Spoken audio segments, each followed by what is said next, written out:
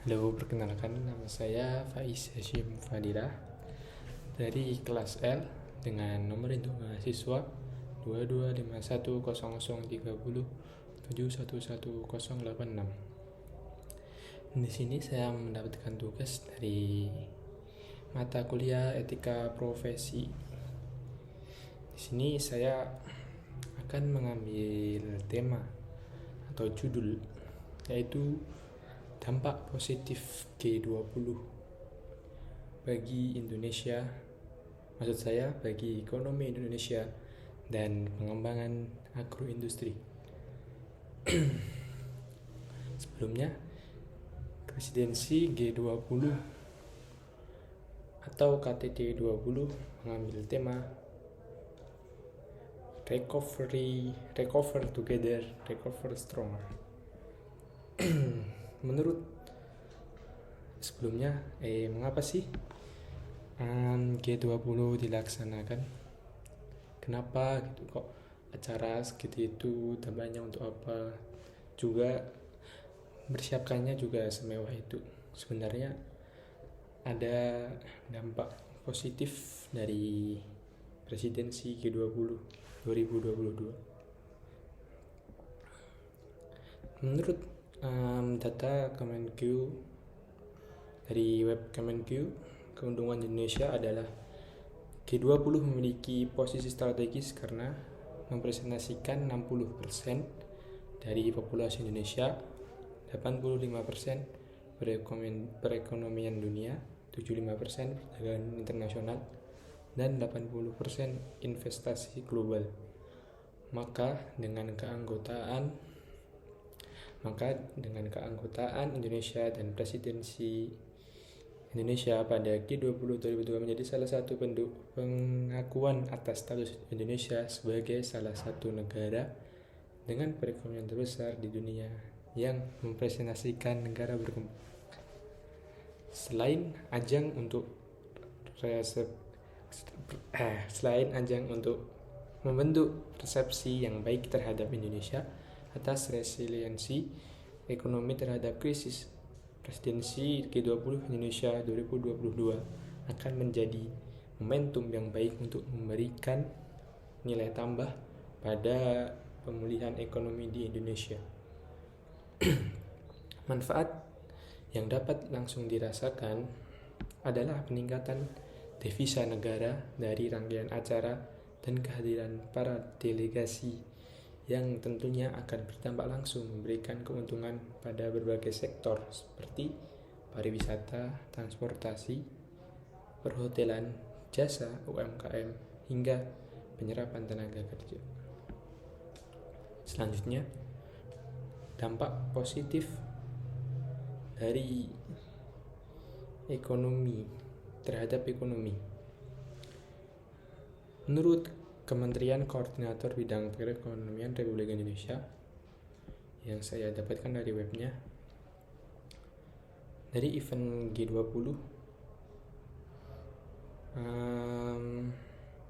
sekian banyak event G20 itu berdampaknya langsung dan nyata pada ekonomi kita.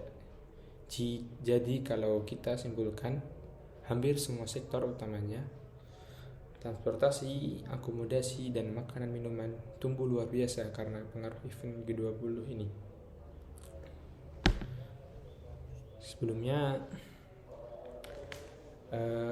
G20 ini telah disiapkan oleh pemerintah Indonesia dengan sangat maksimal sehingga sudah berjalan dengan baik. Kemudian di sini apa sih pengembangan komoditas apa yang disajikan ketika G20 berlangsung? Sini saya akan mengambil contoh dari berita kompas.com, yaitu komoditas teh di sini juga disajikan dalam acara G20 di Bali. Di sini dalam kompas.com, Ibu Iriana dan Madam Kim atau delegasi dari Korea melakukan perbincangan dengan menikmati minuman teh dengan diiringi alunan biola juga sasando yang membawakan sejumlah lagu-lagu tanah air. Bisa dilihat bahwa komoditas teh adalah salah satu bidang dalam agroindustri. Sini Indonesia sangat menjamu para tamunya dengan teh sehingga bisa memasarkan terhadap negara lain bahwa teh dalam Indonesia berkualitas. Kemudian saya ambil dari Good News from Indonesia. Saya mengambil komoditas kopi karena kopi juga merupakan salah satu agroindustri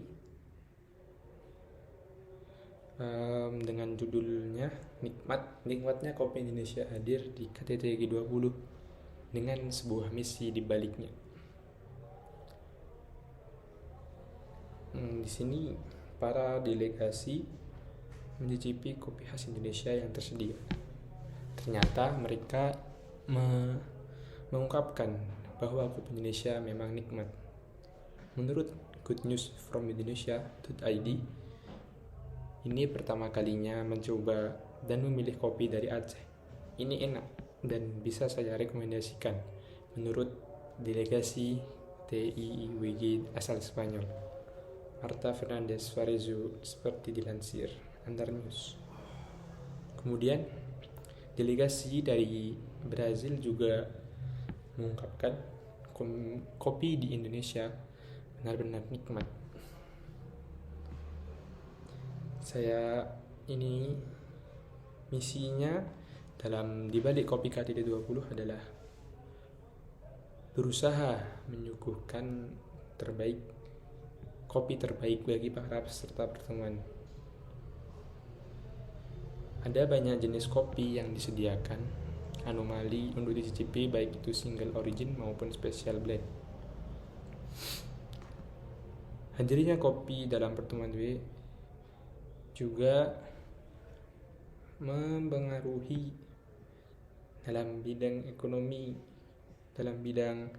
ekonomi bahwa Indonesia juga merupakan penghasil komoditas kopi yang besar dan siap memasarkan untuk kedepannya dan memasarkan lebih baik untuk pasar internasional kedepannya. Mungkin sekian dari saya, kurang lebihnya mohon maaf, dan mungkin saya juga kurang persiapan untuk tag video ini, jadi mohon maaf apabila salah kata. Sekian dari saya, terima kasih.